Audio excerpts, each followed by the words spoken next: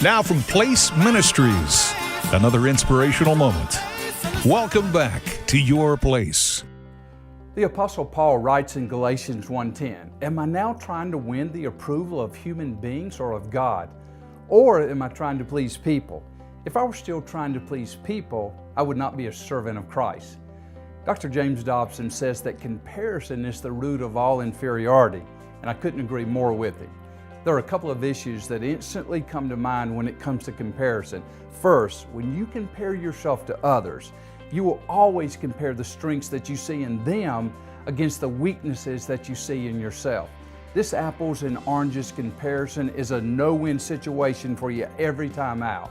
Secondly, when you compare yourself to others, you are saying in some way that the creation God made called you isn't adequate enough, which is something that we must carefully guard against.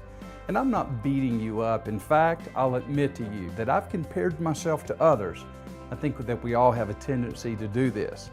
However, we have to decide which audience we'll seek, the audience of others or the audience of God. Wouldn't you agree that Paul's life would have turned out much differently had he not made it a discipline to live out these words that he wrote in this verse? Sure it would, and ours will too, as a matter of fact. Living out your place in life and ministry, remember that God has given you everything you need to live out your purpose. Take Paul's advice and live for the eternal audience of God in obedience to His Word, and watch what happens in your life. Your Place is a weekday devotional from Place Ministries.